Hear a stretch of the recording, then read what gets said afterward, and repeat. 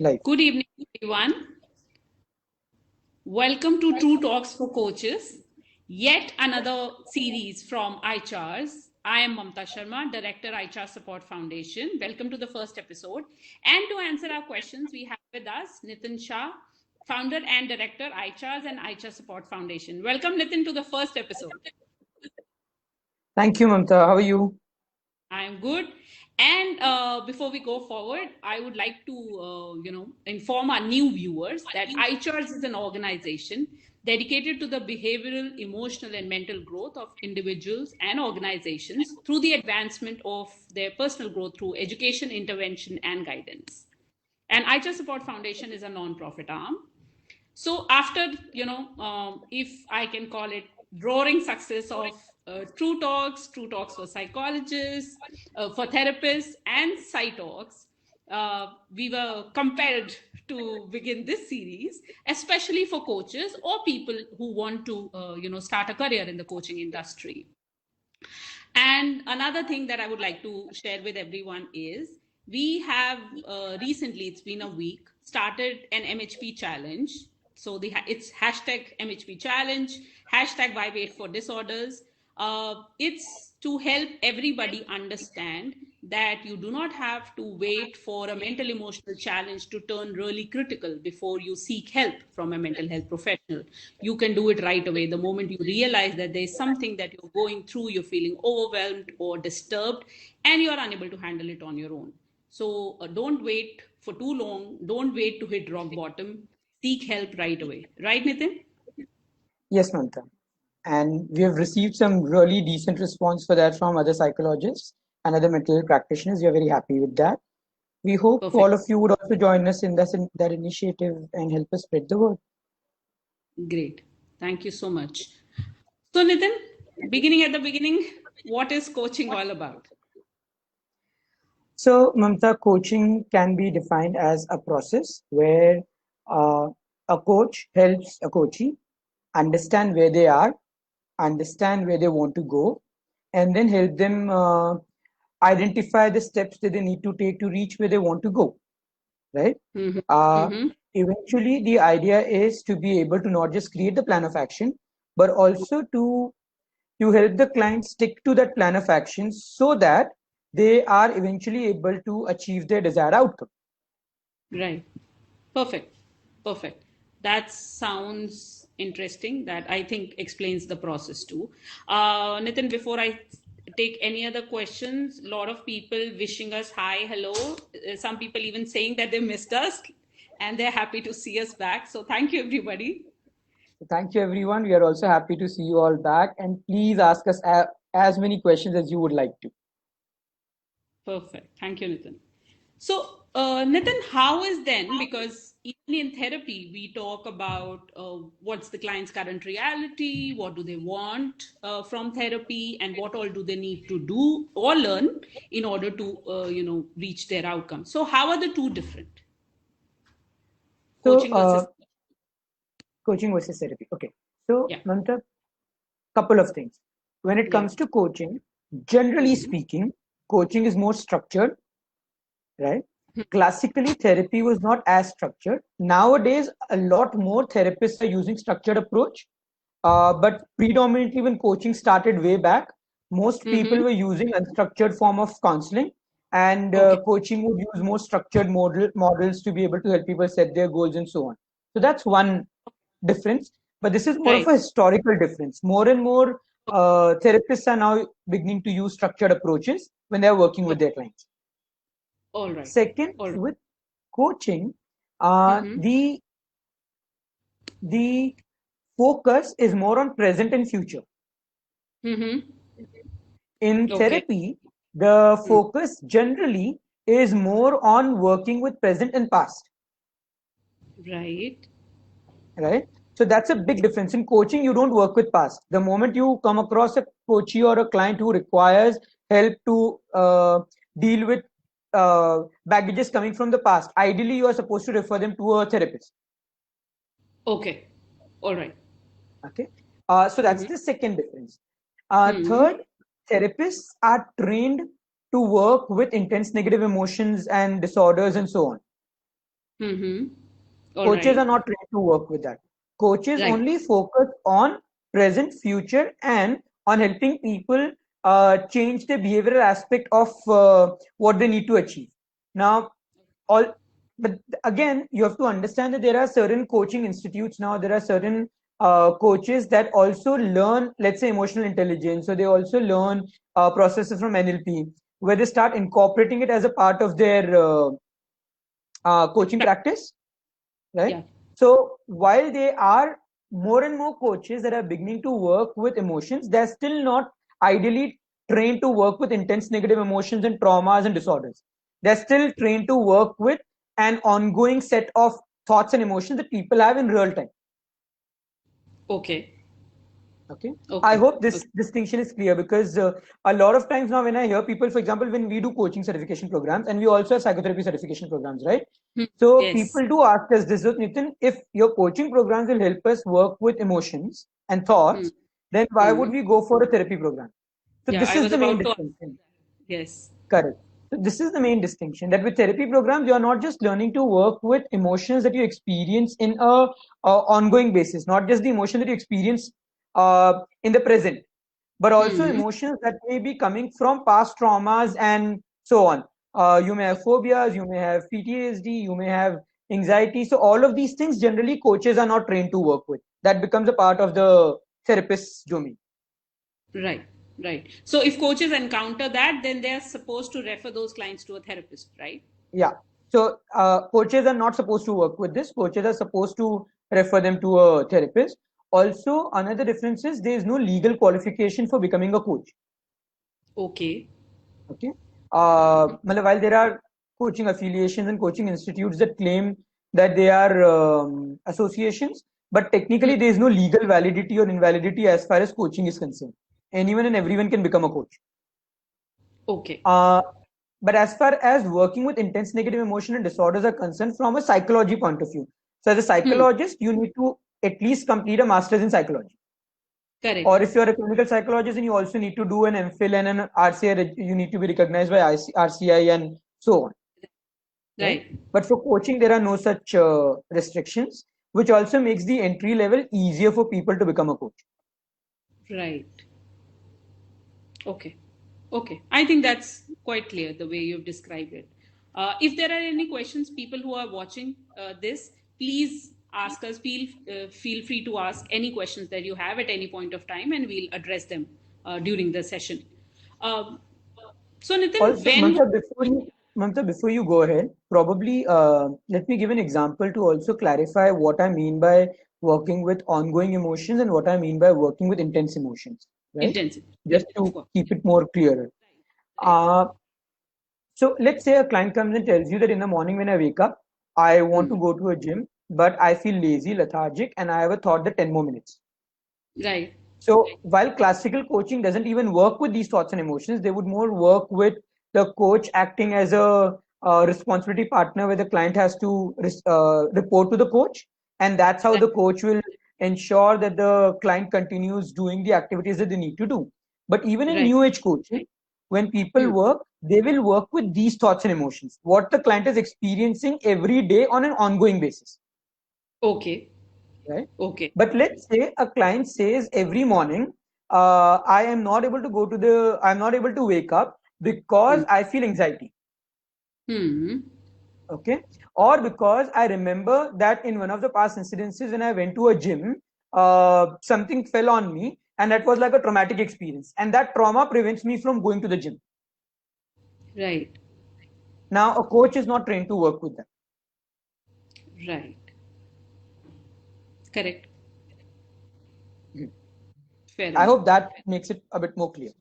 Yeah, I was just processing that. Yeah, I think, yes, I think that makes it pretty clear. Uh, so, Nitin,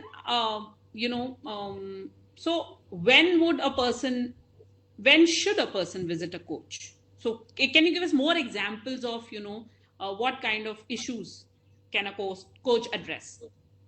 Okay. Uh, So every issue that I'm talking about that a coach can address, technically even a therapist or a psychologist will be you should be able to address those issues. Okay. Okay. Ideally, Hmm. if a psychologist or a therapist has been trained properly and they are using a bit more structured approach, then they should Mm-hmm. be able to do everything that a coach is able to do and a lot Okay. more. Okay. Okay. The Mm-hmm. problem will be where a therapist is not trained in structured approaches and Mm. they are using like classical concepts. So let's say someone has just completed their master's in psychology, and then Right. when they are working with clients, there would be a marked difference between what a coach does and what a psychologist does. But apart from that, any experienced psychologist would be able to work with all the things that coaches ideally will work with. Okay. Okay. Okay, at least they're supposed to be able to work with that. Mm-hmm. Now, to answer your question, when should people visit a coach?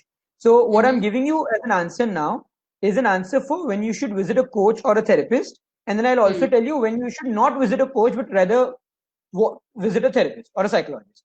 Right. Yes. Right? All right.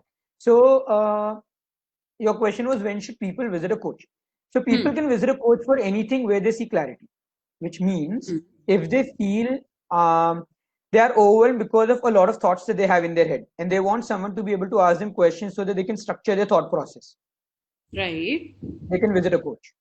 If they would Hmm. like to achieve a particular goal but they are not able to set the goals properly, they can Mm-hmm. achieve a goal.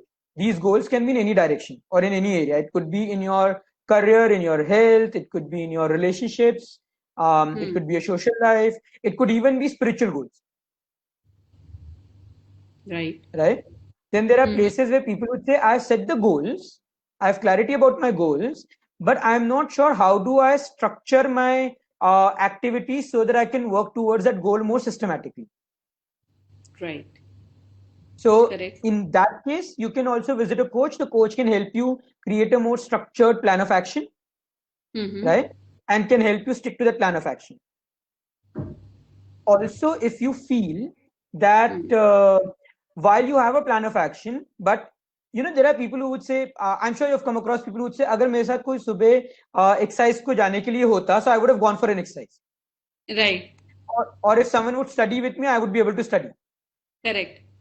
So the idea is there are people who are looking for someone who will act either as a colleague to work with them or someone that they can report to.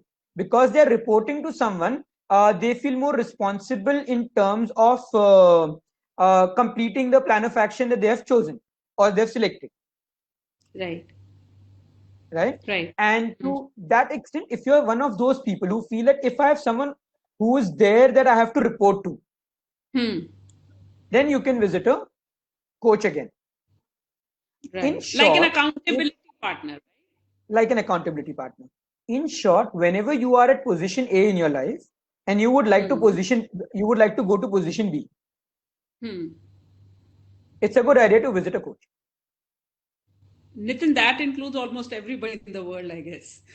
It does, but as I said, the difference will be where you're going from A to B related to intense negative emotion. So now let me give you examples for when you should visit a psychologist rather than visiting a coach, so that it Correct. becomes like a lot more clearer. So you will know what the exceptions are. Let's say you're Yes. having anxiety issues. So you have Hmm. anxiety, you want to overcome anxiety. Coach is not the right person to go. Psychologist is the right person to Mm-hmm. go. You feel or you have been experiencing intense negative emotions. Hmm. Then visit a therapist or a psychologist. Hmm. Hmm. Right? You have any intense phobias. If you feel there are certain childhood related memories or certain Hmm. past relationships that you are not able to get over, Hmm. again visit a therapist. Right. Okay. Uh, Having said that, my request, please visit someone and visit a specialist. Just don't visit your friends and your family members. While they are good support system, they are not a replacement for specialists that are there who are supposed to help you deal with certain things. Correct. Right. Fair enough. Fair enough. Nitin, we have a question. I think because we were talking about coaching and therapy, Ayushi is asking there are other therapies that work around the present and the future and the solution. So, is it that now the structure and focus of therapy itself is changing? So, Ayushi, as I said, therapy is actually a very broad term. Technically, coaching is a subset of therapy, right? Oh, yeah. So, a Right. lot of therapists are beginning to realize that if you have a more structured process where even before you begin, You help the client Mm. define what their problem is, what their desired outcome are, what the plan of action is, then it becomes a lot more easier for them to go through the therapy process. To that extent, you will notice that both coaching and therapy are kind of coming to a meeting point, Mm-hmm. right? Right. And it's true, for example, there's solution focused brief therapy, which completely focuses on that. So now there's Mm. solution focused brief coaching. Right? Okay. Technically, when you actually study them, you realize that they are more or less the same thing. Uh, Also, the difference probably would be the terminology that a therapist uses and the coach uses. Right. So, Okay. therapists generally will not just psychoeducate clients about the plan of action. Therapists may Mm. also psychoeducate clients about a lot of other things with respect to how the mind works and so on. Coaches who Right. generally stay away from that. Again, generally, there are certain coaches who are trained in um, certain other mind sciences and they incorporate it as a part of their practice. So that's like a unique thing that those coaches are doing. But that would be the other difference. But yes, there is a meeting point now. Uh, from for what is happening today, as I said, I would say coaching becomes a subset of psychology or therapy. Okay. Okay. Fair enough, I guess. Nitin, Amrut is asking, is this only on Facebook? Somebody signed up, but they are not on FB. So how do they watch this telecast? So, Amrit, for this episode, we are only on Facebook. Though after the episode gets over, we would upload the recorded version of this in the on the YouTube, and we would also be sending emails to everyone who registered with us on the website about the YouTube link where they can access the entire webinar, uh, this discussion. Having said that, from next week onwards, we are planning to move to Zoom, where we would probably be doing it on Zoom. I just have to see because last time when we tried doing a live through Zoom, we had a bit of a challenge. So I want to be sure that while we are doing it on Zoom, we are also able to telecast it live. But next week onwards, in all possibilities, we would be on Zoom. So any of you who would like to be a part of the Zoom session rather than being a part of the live session, please let us know and we would send you the invitation for the Zoom link also. But that will be from Perfect. next week on. Right. I hope Ayushi and Amrut, you got your answers. Do let us know if you do. Neetu is asking then, what about counselors and coaches? Are they doing the same job? So, Neetu, again, counselor is a very broad term. See, so one of the challenges in India right now is that none of these terms have actually been defined properly. In the sense that, so even when you talk about psychologists and therapists, technically the word therapist is a very freely used word. You don't need to be a psychologist to call yourself a therapist, right? Mm-hmm. Even in Mm-hmm. psychology, there are questions about whether you can call yourself a psychologist or a counseling psychologist or a psychotherapist, or if you are a clinical psychologist, do you need to be registered with RCI? Or if you're working only in the rehabilitation sector, do you need to be registered with RCI? So there are a lot of question marks that are revolving around that. We are hoping more and more clarity would emerge over a period of time, especially now that the mental health bill was, after years of deliberation, passed, I think last year. Things No, will become seven, more and more clearer going forward. yeah. But again, the 17. word count. Can you say that again, Mamta?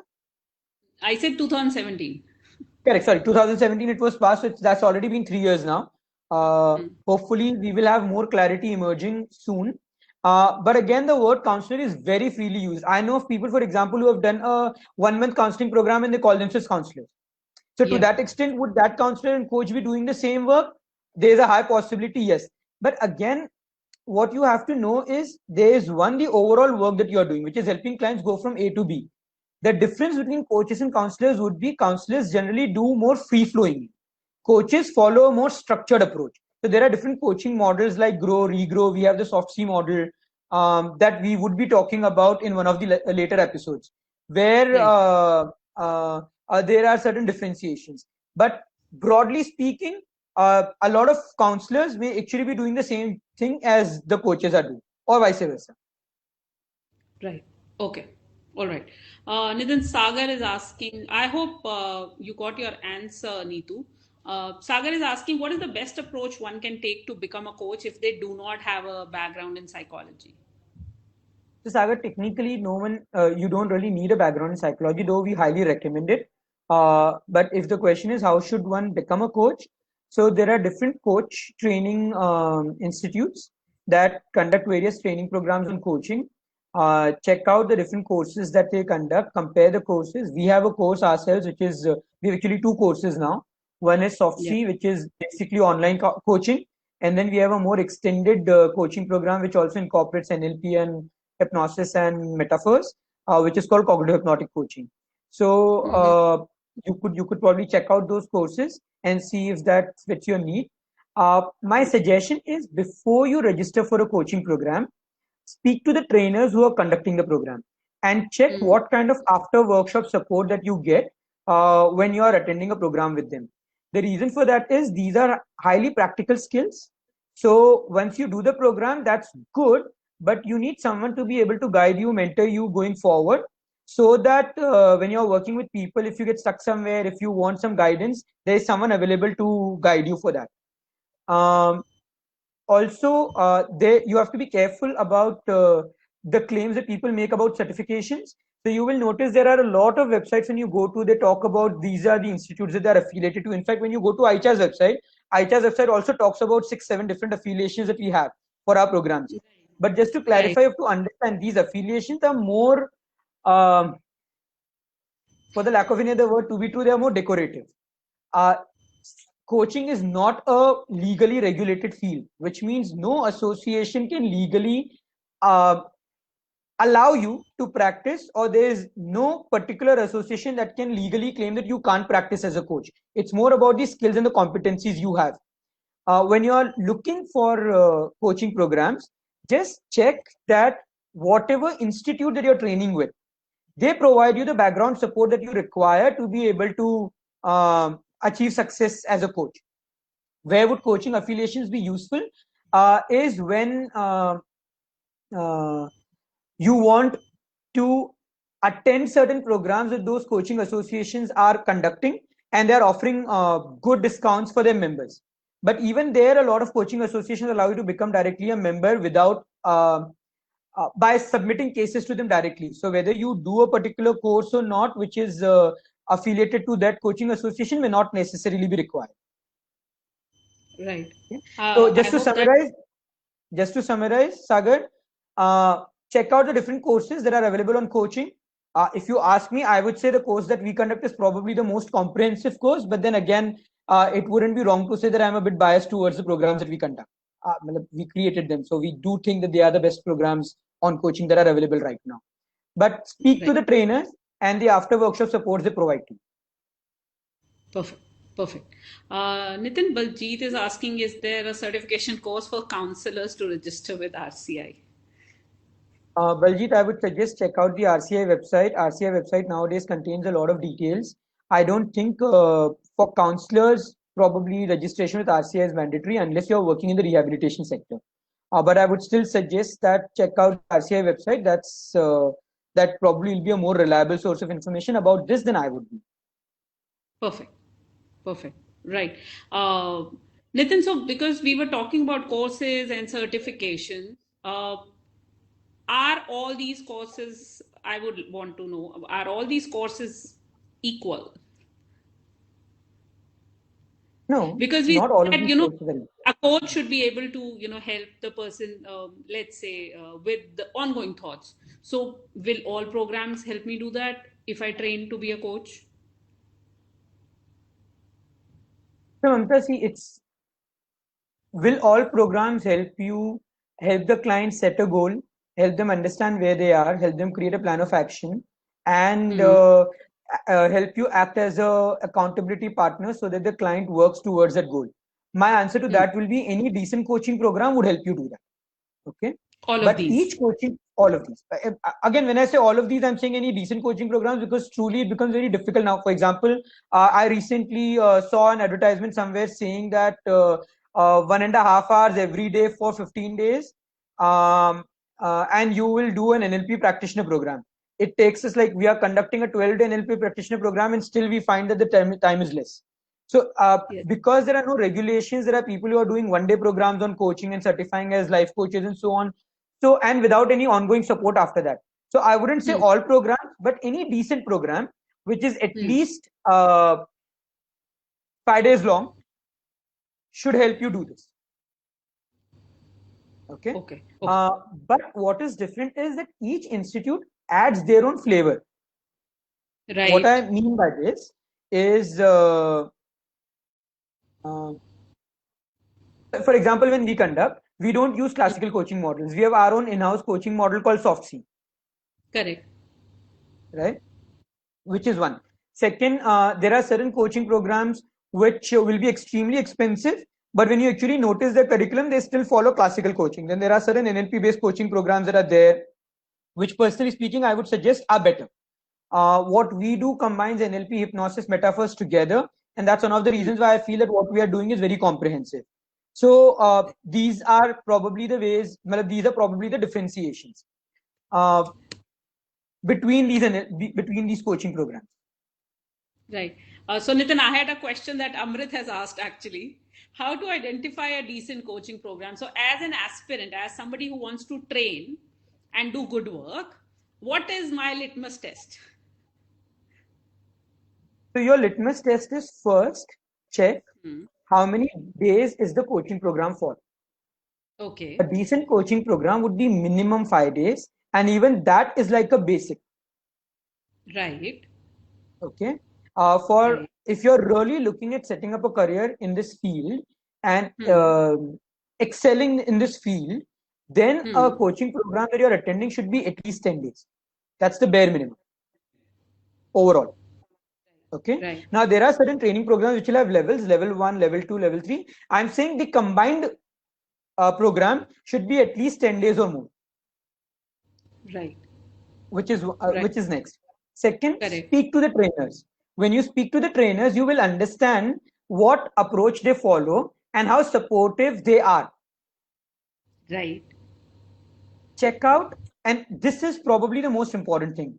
When you're speaking to the trainers or the team who is there, who's the backend team, check with them Hmm. what kind of support is available after the workshop. It's not just about attending the program, it's actually about being able to receive the support after the program is over. Right. So as long as you have decent support, Hmm. then that becomes a decent coaching program. And what do I mean by decent support? That either the recordings of the sessions that you have done with those people should be made available to you. There should be Hmm.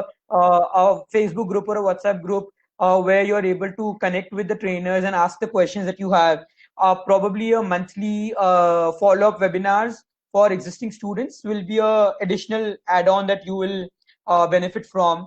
And lastly, whether the trainers share their direct numbers after the workshop for you to be able to connect with them.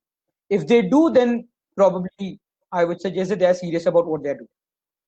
Right. And Nitin, there are places where mentorship is offered. So how important it is when I'm training as a coach or someone is training as a coach to go through that. So, see, obviously, if you have mentorship, that's better than not having mentorship. The Right. challenge is many a times mentorship comes at an additional cost, and at times the Yes. cost of the mentorship is actually higher than the cost of the program. Yes. So I would suggest yes, if mentorship can be made available to you, and if it's available to you, go for it. It's very good. What we did as a alternate to that is now we've started peer coaching sessions where Yes. people can join online, they can practice with each other. We would be available during the session. After that, every month we would have monthly webinars with our participants to ensure that if they've got stuck somewhere, then we can guide them.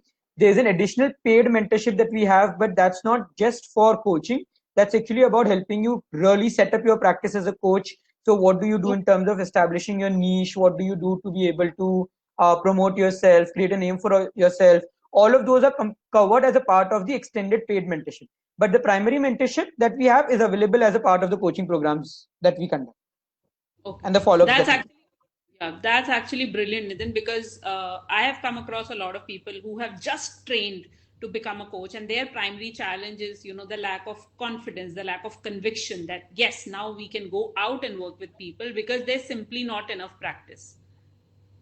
Which is true. In fact, that's actually one of the things that we are focusing on now. In fact, every program that we are conducting, uh, Hmm.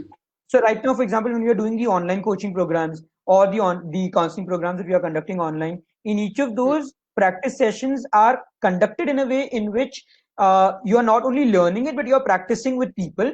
And then you are given assignments to be able to work with other people and come back and report to us how many sessions you have done, where you've got stuck, so that we can mentor you going forward. Right. Perfect. I think that's really good. Okay. Great. I hope, Amrit, that answers your question about what is a decent coaching program. So, Nitin, moving on from programs to now the skills that an individual coach should possess, in order to become a coach, or are there skills that I learned during my training? So, and so on. So, see, technically, there are certain skills, there are certain competencies that you need to develop to be able to Correct. become a good coach, right? Mm-hmm. Again, there is a lot of overlap between the competencies between a coach and a counselor. As I said, that those two words at times become, uh, for the lack of clarity, become interchangeable, unless you're also working with intense negative emotion.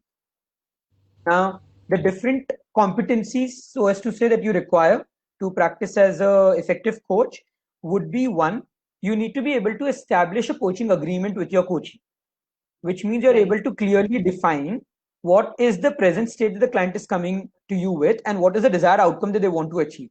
That's like the the prerequisite. And also how the entire coaching sessions will go, how many sessions would be required, and so on. So you need to be able to establish that agreement with the client and stick to that agreement as far as possible.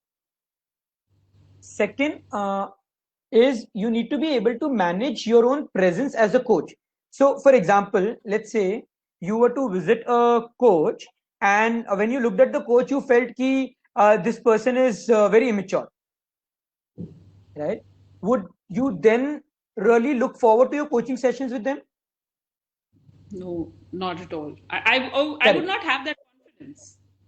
Correct. So here I'm not talking about age. Remember, there are certain people Mhm. who may be very young, but may come across as very mature, and you may still want to go ahead and work with them. So here the question is not as much about age, but about what your presence is like, how you're able to present yourself for people to feel that yes, this is a person that I want to connect to, and I want to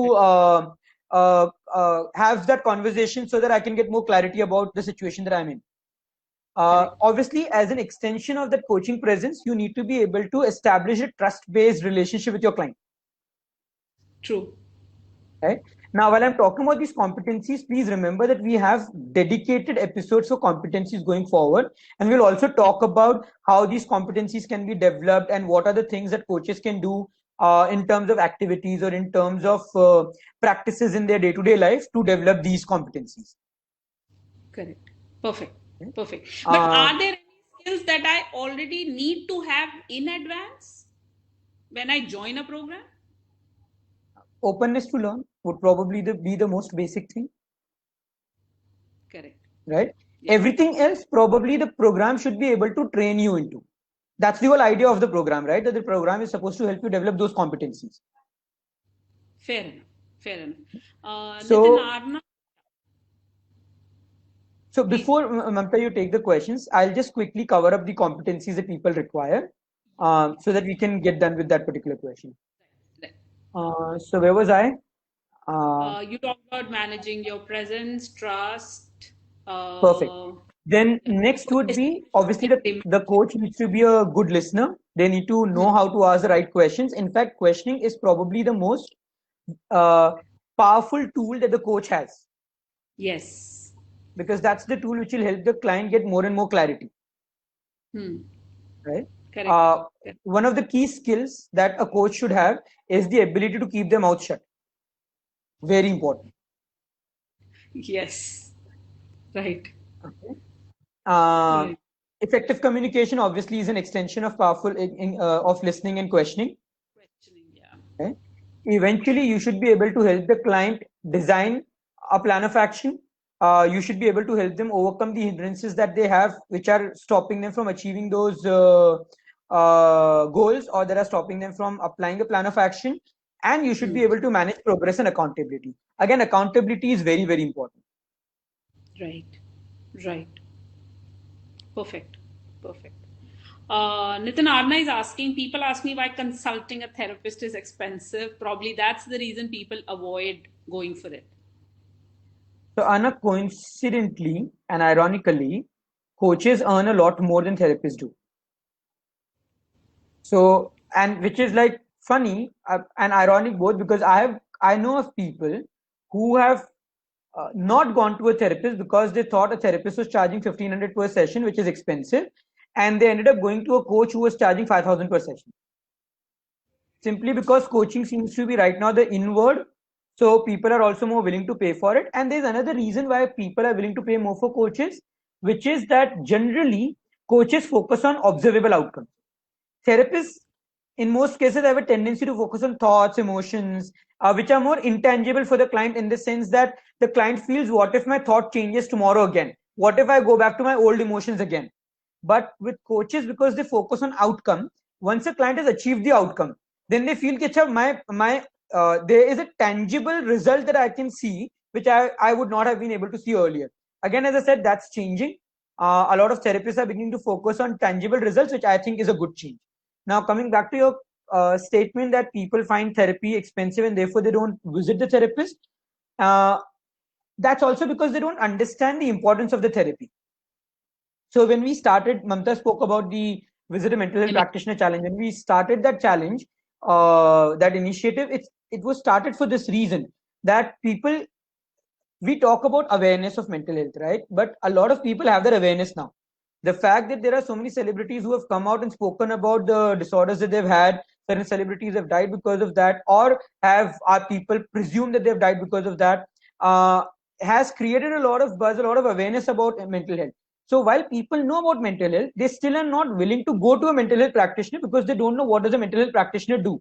And that probably is a clarity that we still need to work on. That's still an awareness that we need to work towards. But hopefully sooner or later that will happen. Right, right. Nitin, I also spoke about it in one of my videos. A lot of people think that therapy is just talk, and they wonder how will it be different because I'm already talking to my friends and family. So that's a big, what should I say? That's how a lot of people see it. So I think it's upon the mental health community to change that perception. I completely agree with that. Right. Okay, coming back to coaching, Arna is asking how can one develop the skill of asking the right questions? So Anna, there are a lot of models. Coaching, for example, has certain coaching models. There is grow, regrow, regrow. There is success. We will talk about these models in, I think, the third episode. Yes. If you want, you can check out the ICHA's website. There are already extensive articles on these episodes that we have made available. Each of these models have preset questions that act as guidelines. Then there is the NLP meta model, which I think is really, really powerful when you are taking any type of interview, whether it's for Mm, coaching or therapy. mm. So these would be the starting points that I would tell you to keep in mind. Perfect. I hope, Arna, both your questions were answered. Okay. Also, Anna, one more thing: when we are talking about the right questions, how do we define the right questions? So, in my Mm, understanding, a right question is a question that seeks clarification and is looking for exploration. If you're asking a question to confront the client, that may not necessarily be the right question. There are places where confrontation may be required, but that's far and few. In most cases, a right question will be a question that will seek clarification and exploration, and then obviously meta model or the other models that I've talked about become a good reference point with systematic questions as a part of those models. correct.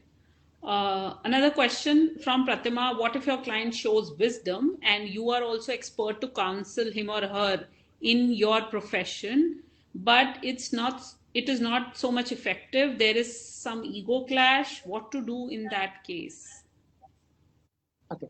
So Pratima, if I understand you correctly, you're saying that there's a client who's coming and working with you, working with the coach, and when they're working with the coach, the client is deciding to run the show by actually saying what needs to be done and how I want to proceed with that.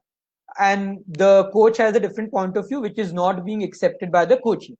If that is the case, I actually think that that's not bad. That's actually quite good. I actually prefer when my clients come and tell me what needs to be done. They are just making my life easier. My question to Right. them is very simple. Now that you've told me everything that you need to do, are you able to do this or are you not able to do it? If their answer is, I am able to do this, then my question is it giving you results? If the answer is no, then obviously what you're doing is not working. So then let's look at the approach that I'm talking about. again, I would still ask them questions to come up with their own answers. I would not really give them an answer from my side any which ways. But that at least makes them more open because I have listened to what their point of view is. I have also asked them, are they applying it? And if they're applying it, then they agree that that's not working for them. There's also a possibility where the coachee says that, well, I know what needs to be done, but I'm not able to do that. So before asking them more questions and finding out more steps, I would actually ask them, would you like if I can help you apply these plan of actions more effectively? Generally, the client says yes. That's the reason why they are with you. I would help Correct. them apply the plan of action. Once I've applied it, when they come back, my question is this working for you, or do you think more needs to be done? If the client says this is working for me, good for me, that makes my life easier. If the client says, you know what, yeah, it's better than before, I'm doing more things than I was doing earlier, but even this is not giving me the results that I wanted. Now I would say, would you like to explore more things that you can do apart from what you thought you had to do? And again, the client ends up saying yes. So my approach is, rather than confronting the client and getting into an ego clash that what you're saying is not right, I would actually help them do what they want to do till they realize what they are doing is not working for them. And then they turn around and they say, all right, now let's see what else can we do, and we can proceed from there. This is Perfect. actually a part of what we call as pacing and leading, both in NLP and hypnosis, to begin at a place where the client is, work with them, and then eventually turn them around when what they are doing is not working for them. Perfect. I hope, Pratima, you have your answer. Do let us know. Amrut is saying Meta and Milton model for questioning.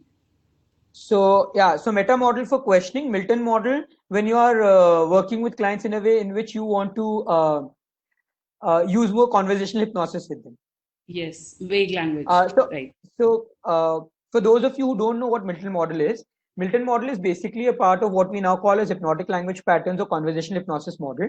It's about Hmm. working with clients in a way in which you give them information, uh, but they feel that information is coming from their mind. It's based on a lot of conversational hypnosis postulates. Very powerful. What you have to be careful about is when you're working with the client should give you answers in specific details, and you can use Milton model with them. Or if they are giving vague answers to you, then you need to ask the meta model questions to help them get to specifics. What I've noticed both in coaching and therapy at times, carry on a conversation by giving specific information, and the client keeps making the information more and more vague when it should actually be the other way around. Right. Exactly. Exactly. Perfect. Right. So I hope do let us know if anyone has any questions about coaching, what it is, how to go about it, when should you visit a coach, or when can people visit you if you are a coach, and so on. And if you are Yeah. a coach and you're facing some challenges in certain areas, please feel free to post about it so that we can answer how you could work with that. If Right. you are an individual who has visited a coach and you want to share your experience, please post in the comments, and I would be more than happy to discuss that with you. Perfect. Nitin, another question from Sagar. What kind of work does one need to do at an intrapersonal level for them to be able to work as a coach effectively? So what should I do with myself to be a good coach? So, Sagar, one, obviously, every process that you will follow with your client, ideally, you should also follow with yourself. I would suggest, as a coach, you should have a coach first. Because once you've experienced the power of coaching yourself, then it's a lot more easier because you have the conviction to work with your clients.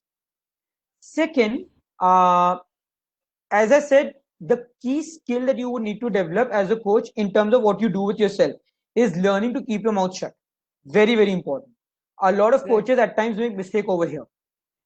Third, patience, which is an extension of what I said earlier in terms of keeping your mouth shut, is very, very important. Last, and this is what we tell all our participants, and we kind of say this over and over again, always remember your client knows more than you know.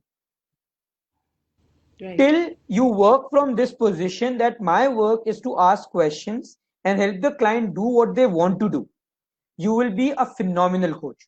The moment you start feeling that I have all the knowledge in this world and I need to guide the client and I need to tell the client what needs to be done and I need to be in charge of the coaching session, would start as a downfall for your coaching process. So you Right. have to learn to have the presence where you know that the session will be driven by the client, and yet the client, because the client wants you to ask them that question. Correct. I hope that Perfect. answers your question, Sagar. Okay. Okay. Also, some of these questions will be answered in more specific details in the later episodes, because when we talk about specific competencies, probably I would be able to give you answers in specific details. But right now, if I get into that, we would probably require another half an hour to answer all of these. Perfect. Perfect. So Nitin, while people ask other questions that they have, what is the what's the future, or what are the prospects of coaching, uh, especially in our country, especially in India? So if I decide to be a coach and have that as my primary profession or secondary profession, so what is the difference and what are the prospects?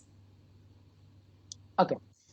So, coaching has huge potential, both in India and worldwide. Um, Reason, we are at a place where people are becoming more and more goal oriented. People want to achieve more, people want to do more, and because all of that is happening, they obviously need more assistance and more help in terms of being able to help them sort out their thought processes.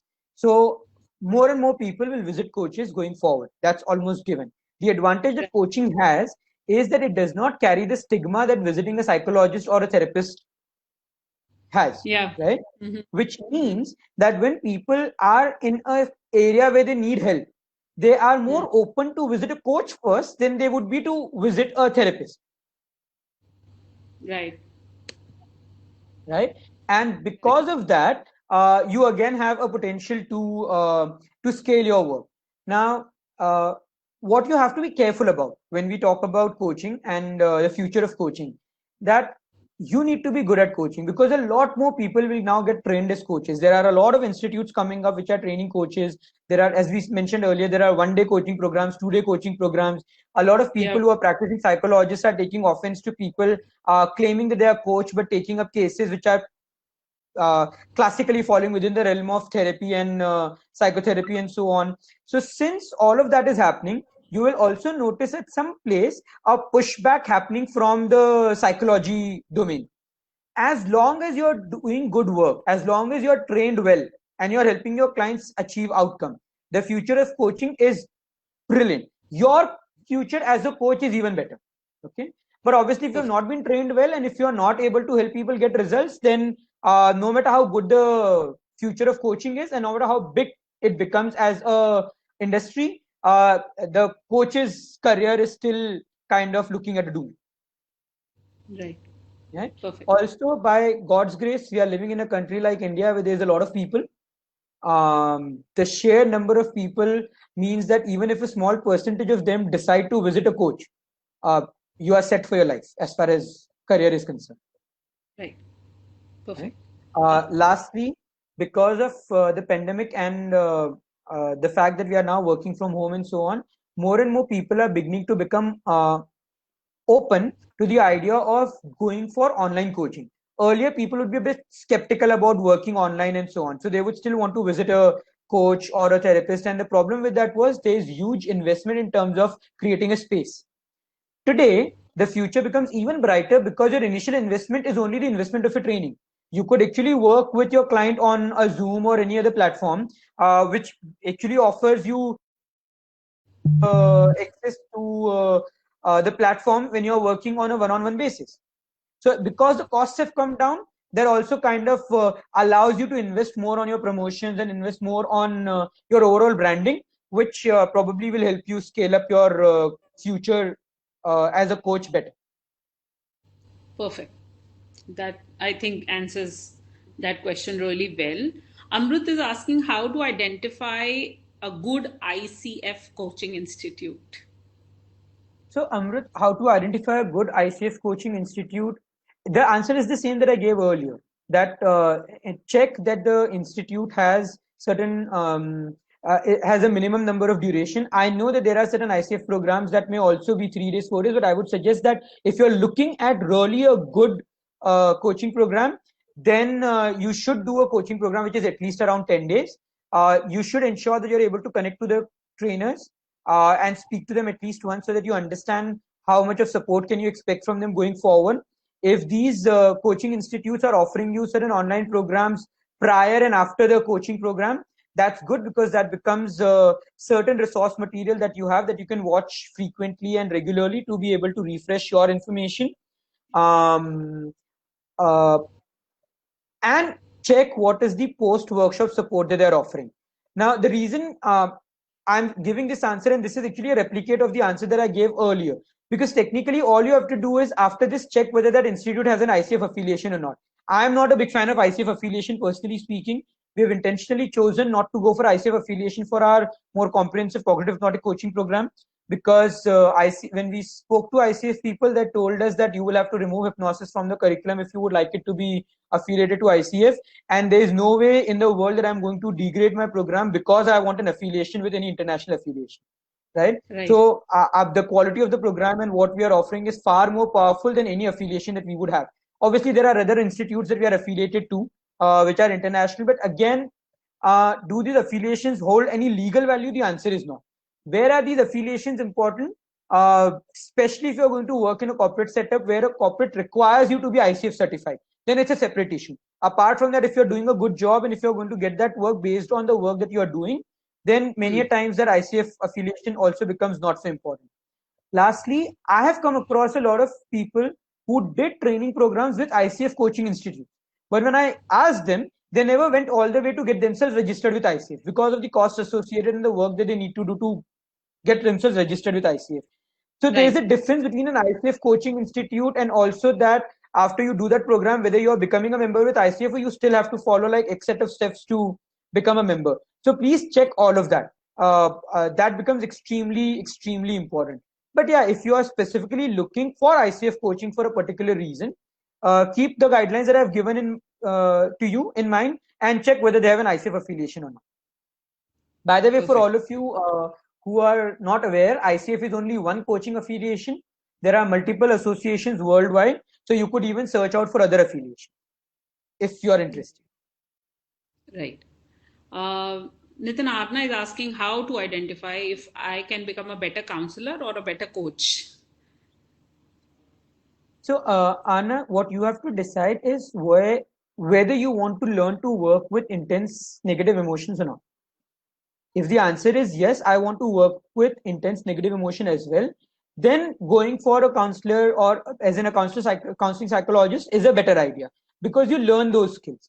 But if the Hmm. idea is, and for example, there are people who work in corporate setup who have come and told me that Nitin, I don't think I would be able to work with intense negative emotions because in the setup that I'm in, that's not the area where uh, the corporate would want me to work. They would want me to just focus on performance, right? So if your focus is just on performance and not working with intense negative emotions, then just being a coach may be good enough. And the career prospects, even for a coach, are very good. But if you Yeah. want to work with intense negative emotions, then a counseling psychologist is a better option. And for both, whether you want to become a better coach or you want to become a better counselor, the prerequisite competencies remain the same.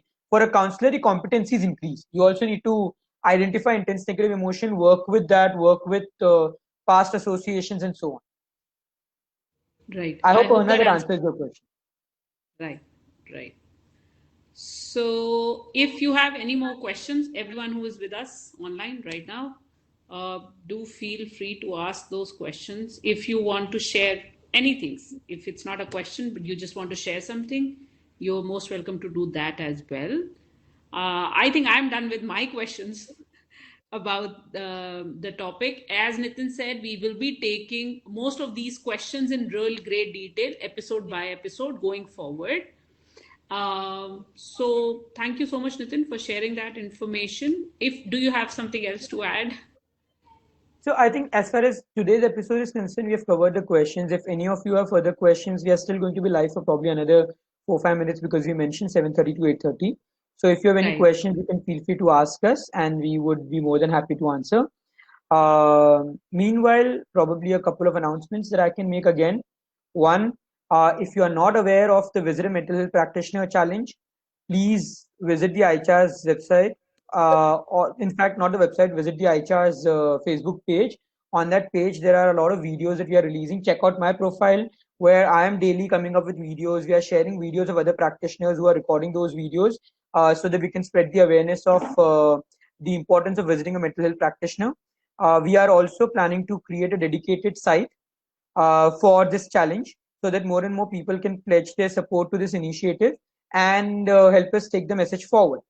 As far as coaching is concerned, we are starting a peer coaching sessions from this Sunday onwards. So if you are a coach who has already Yes. been trained coach, for example, and you would like to have the opportunity to practice with other people, you can visit the iChar's website. There's an option to register for the peer coaching program.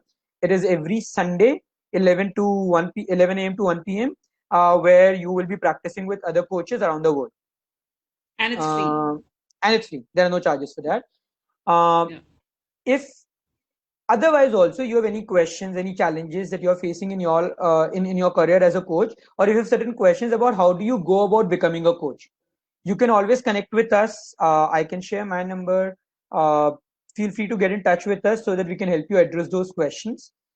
If you are facing personal challenges in your life and you feel that probably a coach can help me, please visit us, please consult us, and we could probably help you and guide you. Before I end, there's something that's coming to my mind because we spoke about career as a coach and so on. This is important to clarify that many times when people want to become a coach, they are shifting their existing career to become a coach. Right? So I want to give all of you like a thing to keep in mind. I know coaching as a profession has a brilliant future prospectus. Okay.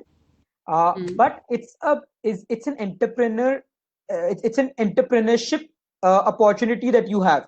It would require you to put in the same level of effort that you would require to put in for any other entrepreneur work that you start, right? So it will not be that you will start making the same amount of money that you are making from your current job probably from the next week onwards or the next month onwards.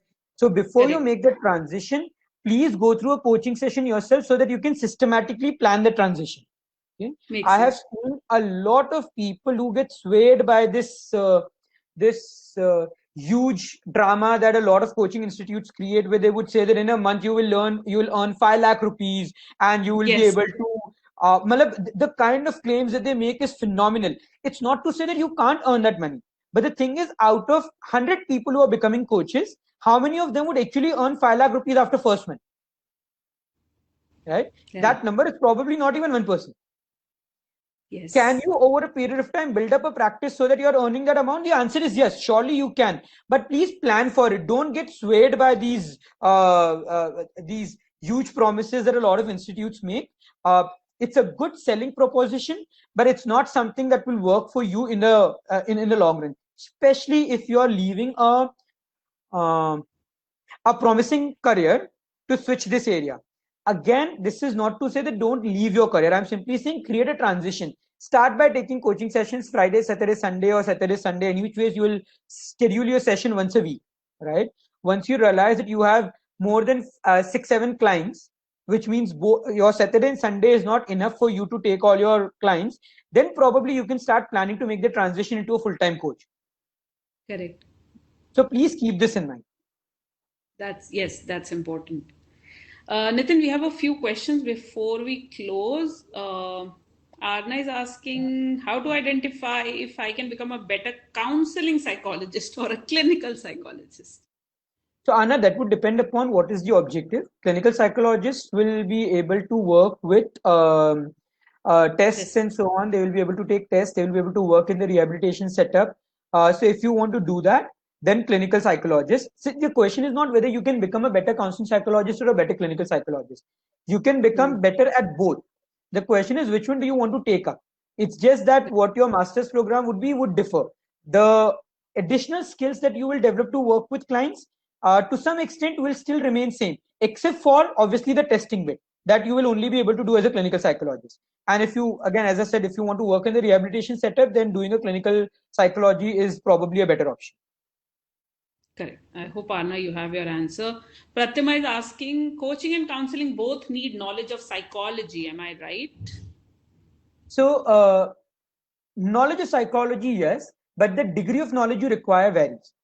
technically, most coaching programs also will give you introductions to different coaching theories, different psychology theories, foundations of psychology, and so on.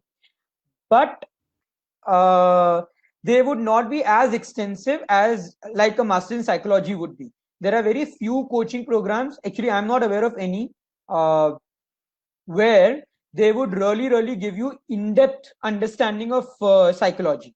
NLP coaching programs would probably be better than standard coaching programs, and then what we do would probably be the most comprehensive in terms of introducing psychology for coaches. Uh, our recommendation, whether you are into coaching or counseling, if you have an opportunity and if you have a chance, please do the masters in psychology. That additional information serves in two ways. One, it helps you develop credibility. Second, it gives you a background conceptual understanding that probably you will not have only by attending a coaching certification program. And third, in future, when you become more popular, more successful, if people have to invite you for paper presentations, when you have a master's in psychology with you, that kind of makes it easier for people to invite you and to present you as an authority on the topic. As a Correct. coach, you will probably need to work for a lot more years before you can develop that credibility. You may earn more for earlier, but the credibility still comes later. She also added, but sometimes coaching seems a communication trap. I'm not sure what you mean by communication trap, but if I understand you correctly, sorry, got yourself. So if I understand you correctly, yes, coaching becomes a bit of a trap also because many times people leave their profession without actually proper planning and jump into coaching or training at times, and that can really ruin their mental space completely.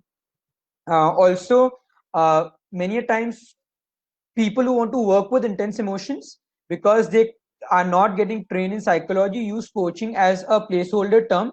Only when the client visits them they would still work with the client, but they would work in the name of coaching. Ideally, ethically, that's not fair, but I know of certain coaches who do that, and there's not much that you can technically do about that. Correct. Right. I hope, Pratima, you have your answer. And that also brings us to the end of today's episode. Do keep following subsequent episodes because we are going to talk about a lot of everything about coaching in great detail, the specializations, the competencies, and so on. So stay tuned. We'll be doing this every week, every Thursday, 7:30, live. So do join us. Spread the word. Anyone who is interested in knowing how to become a coach, what coaching is all about, and so on, can come and be part of this discussion. Right, Mamta, Nitin? there was also one more question from Yeah. Amrut about we can't post on the WhatsApp group. Amrut, I would be opening the WhatsApp group tomorrow so that we can discuss whatever we have done in this episode today. If any of you have any questions and so on, then we'll address those questions in the group as well. So I'll be opening up that group from tomorrow onwards, and next week onwards we also hope that we would be on Zoom and doing these sessions. Recording for the session will be available. Well, I'm really sorry, I don't think we've recorded the session today, but the recording will be available on Facebook. We are not going to take this down. We'll download it and we'll also upload it back on the YouTube channel, YouTube. so there would be recordings available for this. Perfect. Thank you so much, Nitin, and thank you everyone who joined us today. Do keep spreading the word and stay tuned in. Bye bye. Thank you. Bye bye. Take care. Good night.